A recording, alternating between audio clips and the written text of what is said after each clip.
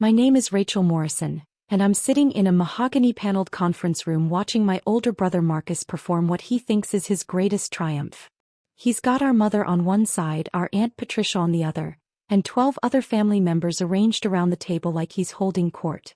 He's wearing a custom suit that cost more than most people's monthly salary, and his wife Vanessa keeps touching his arm like he's already royalty. I'm in the corner chair, the one near the door, where I've always been placed at family gatherings. If you've ever been the family scapegoat while watching the golden child take credit for everything, hit that like button and subscribe right now.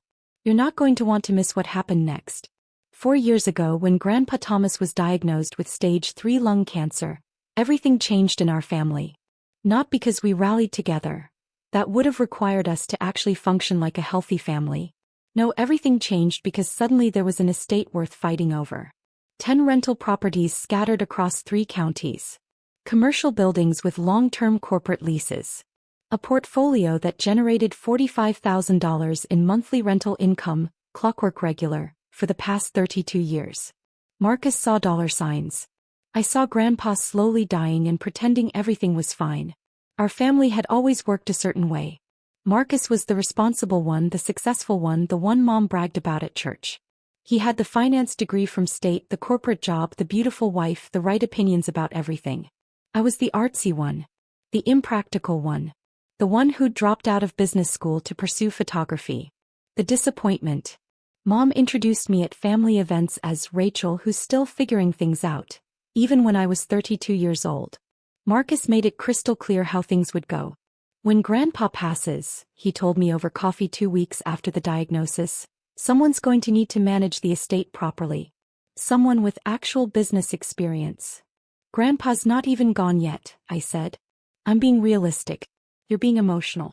This is why you'll never succeed at anything, Rachel. I didn't argue. I learned years ago that arguing with Marcus was like arguing with a brick wall, except the brick wall eventually stopped talking. Instead, I visited Grandpa 3 times a week, then 5 times a week, then basically every day as the cancer progressed.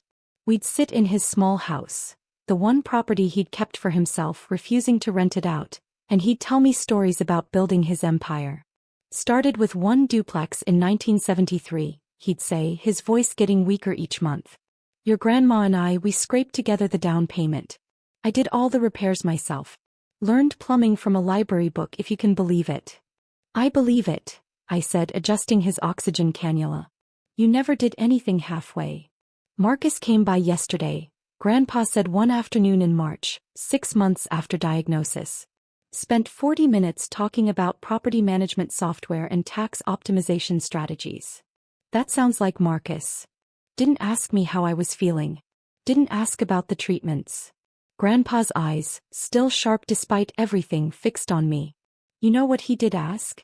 What? If I'd updated my will recently. I felt something cold settle in my stomach. Grandpa. I'm not a fool, Rachel.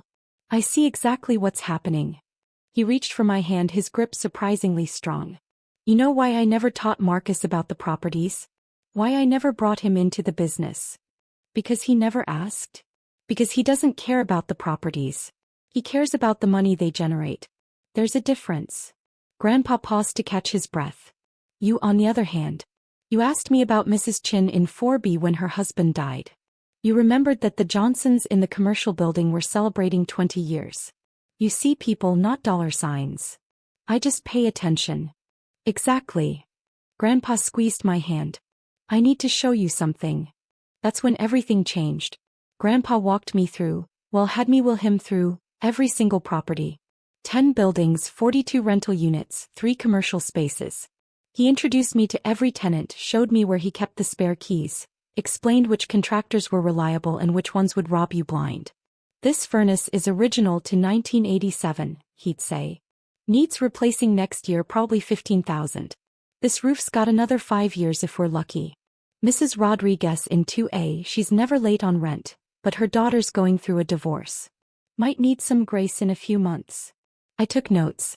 Hundreds of pages of notes. I photographed everything, learned the systems, memorized the details. Marcus never knew. Nobody knew. They thought I was just visiting my dying grandfather, being the emotional, impractical one who couldn't face reality. Rachel, Grandpa said one night for months before he died. I'm going to do something and I need you to trust me. Of course. The properties. I'm transferring them. All of them. My heart stopped. To Marcus. To you. I couldn't breathe. Grandpa, I can't. The family will. The family will do exactly what they're already doing. Your mother will side with Marcus because she always has. Your aunt will demand her cut because she thinks she's entitled. And Marcus will threaten lawyers and throw tantrums. Grandpa's expression was calm, resolute. But the properties will be yours. Legally, completely, irrevocably yours. Why? Because you're the only one who'll do right by them. The only one who sees them as homes for people, not just income streams. He pulled out a folder thick with documents. My lawyer's been working on this for 2 months. Everything's ready. We just need your signature. I signed. My hands were shaking so badly I could barely hold the pen, but I signed. The transfers went through quietly. Grandpa's lawyer, Mitchell Chin, was a master of discretion. Property records were updated, deeds were filed, everything was done properly and legally. The monthly rent, all $45,000 of it, started depositing into an LLC account in my name. And I didn't tell anyone. Not because I was hiding it exactly, because I was protecting it. And because, honestly, I wanted to see what would happen. I wanted to see if my family would love me without thinking I was the broke, irresponsible failure. Spoiler alert, they didn't. Grandpa died on a Tuesday in November. Peaceful at home with me holding his hand. His last words were, "You're going to be just fine, kiddo. Better than fine." The funeral was a circus. Marcus gave a eulogy about Grandpa's business acumen and legacy. Mom cried dramatically. Aunt Patricia complained about the flower arrangements. I sat in the back and said nothing. Drop a comment and let me know where you're watching from tonight. 3 days after the funeral, Marcus called the family meeting. Estate matters need to be settled, he announced. We're meeting at Mitchell Chen's office next Thursday. Everyone needs to be there. I showed up in jeans and a sweater. Marcus was in his power suit. Mom wore her funeral pearls. Aunt Patricia brought her husband Gerald, who immediately started talking about how he'd always helped Grandpa with business advice. That was a lie. Gerald was a dentist who'd never managed anything more complex than his own practice. Mitchell Chen's conference room was designed to intimidate. Floor-to-ceiling windows, leather chairs, law books lining the walls. Mitchell himself was 73, sharp as a tack, and had known Grandpa for 40 years. Marcus didn't wait for Mitchell to start the meeting. He stood up like he was chairing a board meeting, pulled out a leather portfolio and smiled at everyone. "I want to thank you all for coming," he said, like he'd organized this instead of just demanding everyone show up. "Grandpa Thomas left behind a significant estate, and it's important we handle this properly." "Marcus," Mitchell said quietly, "perhaps we should." "I've spent the last 3 days reviewing the properties," Marcus continued, ignoring him completely. 10 buildings, 42 units, stable cash flow. Grandpa built something remarkable, and it's our responsibility to honor that legacy. Mom nodded approvingly. Aunt Patricia whispered something to Gerald. I sat perfectly still. "Now, I know Grandpa never officially named an executor," Marcus said, which was interesting because Mitchell's expression said that wasn't true at all. "But I think we can all agree that this estate needs professional management. Someone with actual business experience." "Marcus has always been so responsible," Mom chimed in. "Ever since he was a boy." "I've already spoken with several property management firms," Marcus continued. "And I've had my accountant run preliminary numbers on tax optimization strategies. Conservative estimates put the annual net income around $400,000, assuming we raise rents to market rate and cut unnecessary maintenance costs." I watched him. His confidence was absolute. He genuinely believed this was already his. "Now, obviously, there will be distributions to family members," Marcus said generously. "Mom, Aunt Patricia, even Rachel will receive something. But the responsible thing, the thing Grandpa would have wanted, is for the properties to be managed by someone who won't run them into the ground." Vanessa, his wife, actually started a slow clap. I'm not kidding. She started clapping like he'd just delivered the Gettysburg Address. "So here's what I'm proposing," Marcus said, pulling out a document. "I'll take ownership of the portfolio. In exchange, I'll provide annual distributions to family members. Mom gets 20,000 a year. Aunt Patricia gets 15. Rachel gets 10, assuming she demonstrates financial responsibility. 10,000. From an estate generating 45,000 monthly. Marcus, I said quietly. It was the first word I'd spoken. He looked at me like he'd forgotten I was there. Rachel, I know this seems complicated, but trust me. This is what's best for everyone. I'm sure you believe that. I've already had my lawyer draft the paperwork, Marcus said, sliding the document toward Mitchell. It's all very straightforward. We can probably have everything finalized by next week. Mitchell didn't touch the document. He was looking at me. Mom jumped in. Rachel, honey, this really is for the best. You're not equipped to handle something this complex. Marcus has the experience, the education. The responsible sibling gets it all, Marcus announced, standing up straighter. All 10 properties generating $45,000 in monthly rent. This is about legacy. This is about competence. That's when Mitchell Chin stood up. Interesting, he said, his voice carrying that particular tone lawyers use when they're about to destroy someone's world. Because the deeds were transferred 4 years ago. The room went silent. Marcus blinked. What? The properties, Mitchell said, opening his own folder. They were transferred out of Thomas Morrison's name in March 2021. All 10 buildings, all 42 units, all 3 commercial spaces. Mom's face went pale. That's not possible. Dad wouldn't. I handled the transfers myself, Mitchell continued. All properly filed with the county recorder's office. All legal, all documented. Marcus was shaking his head. No, that's not, I would have known.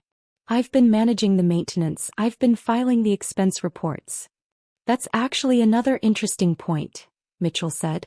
Those maintenance receipts you filed with the estate? The ones claiming you've been managing the properties and spending your own money on repairs. Hit that subscribe button if you've ever had to set boundaries with toxic family, because what happened next changed everything. Marcus had gone very still. What about them? They're fraudulent. Mitchell pulled out another folder, this one much thicker. Every single receipt, every invoice, every claim of expenditure, all fabricated. And we can prove it. That's ridiculous, Marcus said, but his voice had changed. The confidence was cracking. I have documentation. You have fabricated documentation, Mitchell corrected. For example, this receipt claiming you spent $12,000 on a new HVAC system for the property on Maple Street. The actual HVAC company has no record of that work. Because it never happened. I must have used a different. Or this one. $8,000 for roof repairs on the commercial building downtown.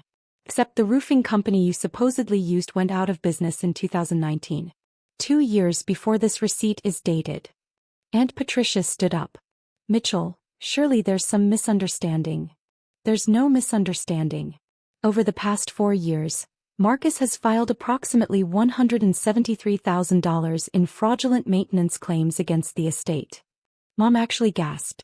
Marcus, tell him that's not true. But Marcus wasn't looking at Mom. He was looking at me. And I saw the exact moment he realized. He breathed. He knew. You've known the whole time. I met his eyes. I didn't know about the fake receipts. That's a nice touch though. Really creative. The properties are yours? Vanessa said, her voice climbing. Since when? Since March 2021, I said calmly. Grandpa transferred them to me 4 months before he died. Every single one. That's not legal, Marcus said desperately. He wasn't in his right mind, he was dying, it was undue influence. He was completely competent, Mitchell said. I have medical documentation from 3 separate doctors confirming his mental capacity at the time of transfer. I also have video recording of the signing, which was witnessed by 2 independent parties who had no relationship to the family. I pulled out my own folder. I'd been holding it in my lap the whole time. But here's the thing, Marcus, I said, sliding it across the table. While you were filing fake maintenance receipts, I was actually maintaining the properties. With my own money. Money from the rental income that's been legally mine for 4 years. The folder hit the table with a satisfying thud. Marcus opened it with shaking hands. That's every repair, every upgrade, every legitimate expense, I said. The furnace at the Maple Street property, that's page 12. I replaced it last year for $16,000. The commercial building roof? Page 37. 22,000 completed 6 months ago. Mrs. Rodriguez's broken water heater? Page 53. Emergency repair 24-hour turnaround, because she has 3 kids and it was January. Marcus was flipping through the pages, his face getting redder with each one. All documented. All legitimate. All paid for from the rental income that you thought should be yours. I leaned back in my chair. You want to talk about responsible management, Marcus? I've been responsible. You've been filing fake receipts and planning to evict tenants to raise rents. You had no right, Mom said, her voice shaking. Rachel, your grandfather wouldn't have wanted this. Family doesn't. Family doesn't what, Mom? I turned to her. Family doesn't lie? Family doesn't fabricate documents? Family doesn't try to steal from each other. You manipulated a dying man, Aunt Patricia accused. I visited a dying man, I corrected. 3 times a week, then 5 times a week, then every single day. I held his hand through chemo. I learned about his tenants, his properties, his life's work. Where were you, Aunt Patricia? Where were you, Marcus? This isn't fair, Vanessa said. Marcus has been planning. He left his job. He was going to manage these properties full-time. He left his job. I looked at Marcus. When? His jaw clenched. 2 weeks ago. I gave notice after the funeral. So you quit your 6-figure job to manage properties you didn't own and hadn't bothered to verify were actually part of Grandpa's estate? I shook my head. That's not business acumen, Marcus. That's stupidity. You smug little, Marcus started. Mitchell cleared his throat. There's more. Marcus's head snapped toward him. More. The fraudulent receipts constitute attempted theft by deception. Given the amounts involved, over $170,000, we're talking felony charges. Mitchell's expression was professionally neutral, but I could see the satisfaction underneath. He'd loved Grandpa. I'm obligated to report this to the authorities. You can't be serious, Mom said. Mitchell, we've known each other for years. Which is exactly why I take this so seriously, Linda. Thomas was my friend. What Marcus attempted to do here isn't just unethical. It's criminal. Marcus stood up so fast his chair fell over. I'm not going to sit here and be accused of crimes by my own sister. Then leave, I said simply. You're not needed here anyway. You never were. That's when the door opened. 2 people walked in. A man and a woman, both in business suits, both carrying badges. Marcus Morrison, the woman said. Marcus went white. Who are you? Detective Sarah Chin, Fraud Division. This is Detective James Rodriguez. She looked at Mitchell. We got your call. Call? Mom's voice was barely a whisper. I contacted the authorities this morning, Mitchell said. After reviewing the fraudulent documentation Mr. Morrison attempted to submit as legitimate estate claims. Detective Chin approached Marcus. Mr. Morrison, we need you to come with us. We have some questions about financial documents you've filed over the past 4 years. This is insane, Vanessa said, grabbing Marcus's arm. You can't just arrest him. We're not arresting him, Detective Rodriguez said. Yet. But we do need to talk about approximately $173,000 in fraudulent claims. Marcus looked at me. Actually looked at me maybe for the first time in 30 years. You're destroying the family. No, I said quietly. I'm just declining to be destroyed by it. He tried to say something else, but Detective Chin was already guiding him toward the door. Vanessa followed, her heels clicking frantically on the marble floor. The door closed. The silence that followed was deafening. Mom was crying. Real tears this time, not the performative ones from the funeral. How could you do this, Rachel? To your own brother. How could I? I stared at her. Mom, he tried to steal properties that Grandpa legally gave to me. He fabricated nearly $200,000 in fake expenses. He was planning to raise rents on families who've lived in those buildings for decades. And you're asking how I could do this? He's your brother, she whispered. And yet he never treated me like his sister. I stood up. I'm done begging for a place at this table. I'm done being the family disappointment while watching Marcus get praised for basic human functioning. I'm done. Aunt Patricia found her voice. You'll regret this. When you need family. I have family, I interrupted. I have Mrs. Chin in 4B who sends me homemade dumplings every Chinese New Year. I have the Johnsons who invited me to their daughter's wedding. I have 42 households who actually appreciate what I do for them. I looked at her. What I don't have is relatives who value me. And honestly, I'm okay with that. I picked up my folder and walked toward the door. Rachel, Mitchell called. You'll need these. He handed me another folder. Updated documentation for all 10 properties. Everything's in order. The LLC is generating excellent returns, by the way. Your grandfather would be proud. Thank you, Mitchell. One more thing. He lowered his voice. The fake receipts. I noticed them about a year ago. I've been building the case ever since. Your grandfather asked me to watch out for you. This is me keeping that promise. I hugged him. Actually hugged him right there in the conference room while my mother sobbed and my aunt glared. Then I left. The fallout was immediate and spectacular. Marcus was charged with attempted fraud and theft by deception within 48 hours. The local newspaper ran a story. Finance professional charged in elaborate estate fraud scheme. His LinkedIn profile disappeared. His wife's Facebook went private. Mom called me 17 times that first day. I didn't answer. She left voicemails ranging from pleading to angry to desperate. You're tearing this family apart, she said in message number 12. Your grandfather would be ashamed. I finally called her back on day 3. Grandpa knew exactly what he was doing, I said. He knew Marcus would try exactly this.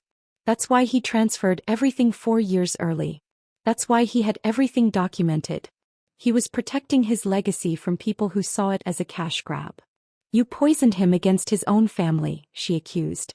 No, Mom. I visited him while he was dying. There's a difference. I took a breath. You're welcome to be part of my life. But only if you can accept that I'm not the failure you've always treated me as. Otherwise, we're done. She hung up on me. She hasn't called back. Aunt Patricia tried a different approach. She showed up at my apartment with a casserole and an apology that lasted exactly as long as it took her to ask for $20,000. Just to help with Gerald's practice expenses, she said. No, I said. But we're family. Then act like it. Start with not demanding money from the niece you've ignored for 30 years. She left without the casserole. Marcus's case went to court 6 months later. The evidence was overwhelming. Fake receipts, fabricated invoices, forged signatures. His lawyer tried to argue emotional distress, grief-induced poor judgment, financial pressure from unemployment. The judge wasn't impressed. 18 months in minimum security, 5 years probation, full restitution to the estate. The sentence was delivered on a Tuesday. I wasn't there, but Mitchell called me immediately after. Justice, he said simply. Vanessa filed for divorce before Marcus even started his sentence. She'd already moved in with her personal trainer. The irony wasn't lost on anyone. The properties thrived. I replaced 2 more roofs, upgraded 3 kitchens and installed energy-efficient windows in the commercial building. Rent stayed stable. No increases unless absolutely necessary and always with 6 months' notice. Mrs. Rodriguez in 2A sent me a Christmas card. Thank you for understanding when Sarah moved back home, she wrote. Most landlords would have evicted us. You gave us grace. That card is framed in my office. A year after the estate meeting, I got a call from an unknown number. Rachel Morrison? A professional voice, female, confident. Speaking. My name is Jennifer Wu. I run a property management firm downtown. I've been hearing about how you've been managing the Morrison properties and I'm impressed. Thank you. I'm expanding my business. I need someone who sees properties as homes, not just assets. Someone who understands tenant relationships matter more than maximum profit extraction. She paused. I'd like to offer you a consulting position.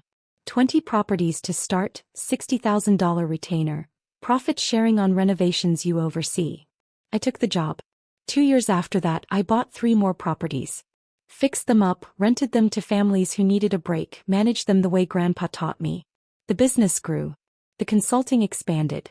Last month, Jennifer offered me a full partnership in her firm. You've changed how we operate, she said. Tenant retention is up 40%. Referrals are through the roof. You were right. Treating people like people instead of income streams actually makes better business sense. If you've ever had to walk away to save yourself, tell me your story in the comments. What would you have done? 3 years after the estate meeting, I was having coffee at the property on Maple Street. I'd converted the ground floor unit into a community room for tenants, when someone knocked on the window. It was Mom. She looked older. Tired. She was carrying a single shopping bag and wearing a coat I recognized from 5 years ago. I unlocked the door. "I don't want money," she said immediately. "Okay. Marcus gets out in 6 months. Parole hearing next week." "I know." She looked around the community room. New paint, comfortable furniture, a bulletin board covered in tenant announcements and kids' artwork. "This is nice. The tenants like it. Mrs. Chin teaches Tai Chi here on Sundays. The Johnson kids do homework here after school." Mom sat down without being invited. "I was wrong. I waited. About Marcus. About you. About everything." Her hands twisted in her lap. "I thought success looked like his finance degree and corporate job. I didn't see that you were building something real. Something that actually helps people." "Why are you here, Mom?" "Because I miss my daughter. Not the daughter I wanted you to be. The daughter you actually are." She looked up. "I know I don't deserve forgiveness. I know I enabled Marcus, dismissed you, treated you like you were less. I can't change that.